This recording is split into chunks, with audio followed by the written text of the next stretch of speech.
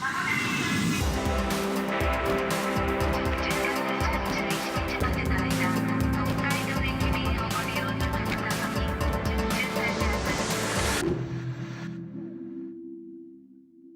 there, this is Kyle MacLachlan. You are watching France 24. We're here at the Champs-Élysées Film Festival, in case you didn't notice what's behind me. Yeah, we're in Paris. Best known for his iconic performance as Agent Dale Cooper in David Lynch's groundbreaking Twin Peaks, but also for roles in Blue Velvet, Showgirls, The Doors, Sex and the City, and Desperate Housewives. Today we're talking to Golden Globe-winning and Emmy-nominated actor Kyle MacLachlan. Kyle MacLachlan, hello. How are you? It's a pleasure to see you here in this beautiful spot. Isn't it nice? Now, you're the guest of honour at the Champs-Élysées Film Festival, Thank you. where several episodes of David Lynch's iconic series Twin Peaks are being shown. Do you think that role, Dale Cooper, is the role that you're best known for? Oh, without question. Yeah, without question. If you ask my son, it would be his dad. But in terms of the world of my career, yeah, Dale Cooper is definitely heads and shoulders above all the rest. Do you think you'll ever return as Dale Cooper? Never say never, but at the moment I don't think there are any plans to go forward. He's a character I love and would welcome that idea, but it's really up to David. Your first film was actually with David Lynch when you were only 23. It was June. Tell us about that screen test, your very first screen test. It was my first time in front of a camera, in fact. Was working with David, screen testing at Apogee Studios, funny enough, John Dykstra. And it was about 4 scenes from the movie. And I had no idea what was going on. All I knew was there was a giant apparatus sort of over there that had a lens on it, and I didn't really know anything. David was very patient, very encouraging, very supportive, and somehow we got through it, and I ended up with a role.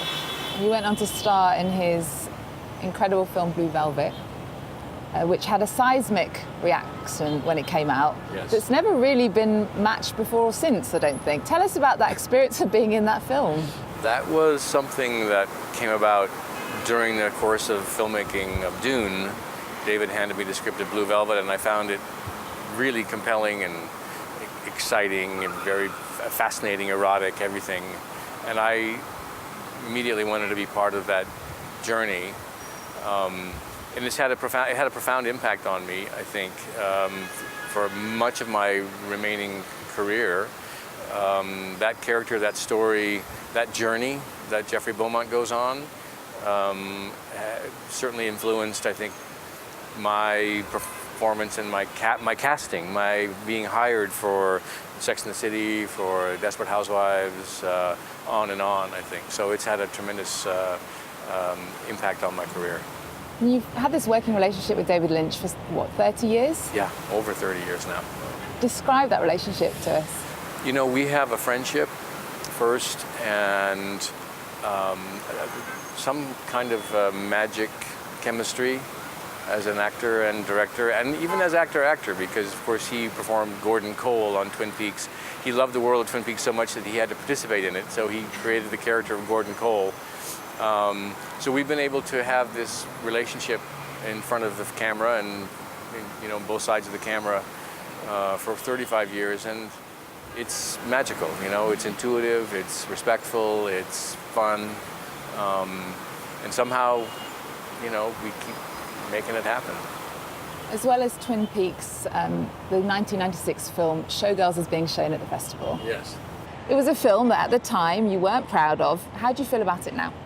Well, I look pretty good in it. That's about all you can say. You know, I always just go back to the idea that, you know, we're making entertainment here and it's not rocket science. And while I don't think that the original intention of the film was, the interpretation was quite exactly how it is now, I think it's found a niche and it's found an audience, and that makes me happy. You know, it's great, and it's great for Paul and everybody else in it. So I just kind of leave it at that. You've had many varied roles over the years, including in Steven Spielberg's The Flintstones. Yes, that was fun. But also Oliver Stone's The Doors, yeah, where you play Ray Manzarek. Ray Manzarek. You know that Jim Morrison's buried here in Paris. I do. Have you ever been to visit his grave? I've not been. It's at Père Lachaise, right? Yeah, that's right. Yeah. I've not been. I've enjoyed that process so much, working with Oliver Stone, or I should say staying out of the way of Oliver Stone. But we had a lot of fun. Sing it to me. I can't sing.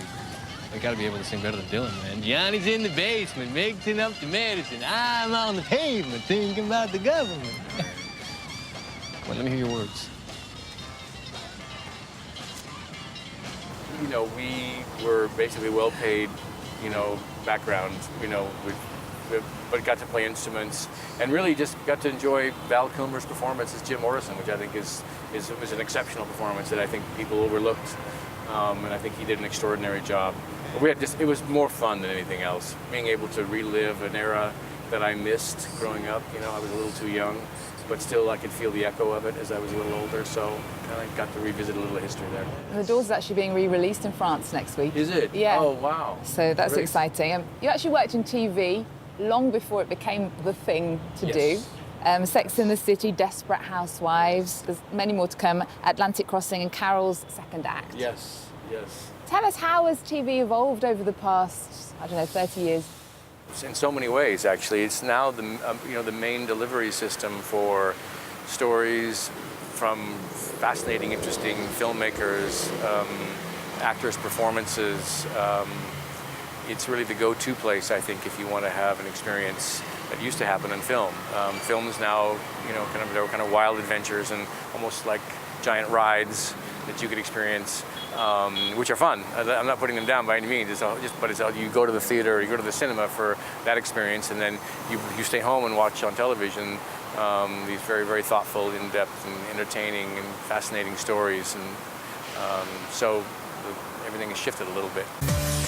May I recommend the strawberry granola parfait? Stephen Frost, senior attending. I'm Dr. Carol Kenny, intern. Oh, it's you. You're that intern. Yes, I'm the old intern, your local circus freak. What can you tell us about Carol's second act then, your next series coming Okay, out? this is like an adventure for me. So I'm once again throwing myself into a completely different environment that I know nothing about. It's a half-hour, very traditional sitcom starring Patricia Heaton. And we tape in front of a live audience on Thursday nights. It'll be on Thursday nights. And it'll be something completely different that I'll do. We've already done the pilot, and it's very challenging. It's almost like doing a play, but almost like it's a dress rehearsal for a play or a stop and go, what we call a stop and go, because you work through different scenes and you stop in the middle and then you pick it back up again. And so it's a work in progress in front of an audience. So, and then they make it all sort of magically happen in the editing room. So, whole new experience. You've got two movies coming out, one about Al Capone, Yeah. Fonzo, starring Tom Hardy. and another one about real-life American characters, Tesla, Yes. about the inventors, and you're actually starring as the inventor, Thomas Edison. Thomas Edison. What do you think he'd think about today's America?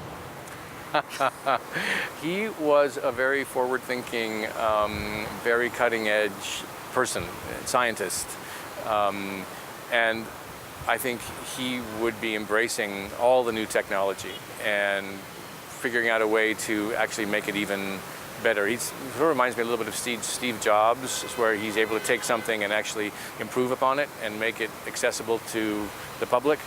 And that was one of Edison's great gifts. And he had gray hair, so it's okay. That's what we look kind of alike. Just a final question about wine. You're actually a winemaker. Yeah, I make wine in Eastern Washington, where I grew up. Yeah. What makes you such a fan of wine? Oh my gosh, I've loved it since I was in high school, before I was supposed to. I love everything about it, actually. I love the fact that it's really about enjoying company when you're having wine, and it's about sharing, and it's about the story of wine. So it's something you can do with a group of people. It's almost like you sitting down and watching a television program or something. It's being able to share the experience with someone. And there's a creative side to it, of course, but it's really it's about the back and forth and the pleasure that it brings, I think, the sensory pleasure. Have you been to visit France's famous wine regions? Not yet. No, I was hoping to do it on this trip, but it's not going to work out time-wise. No, I need to get to Bordeaux, I need to get to Burgundy. There's a lot of places I need to get to. Okay. Kyle, thank Thank you. you. Pleasure. Pleasure. Thank Thank you. you.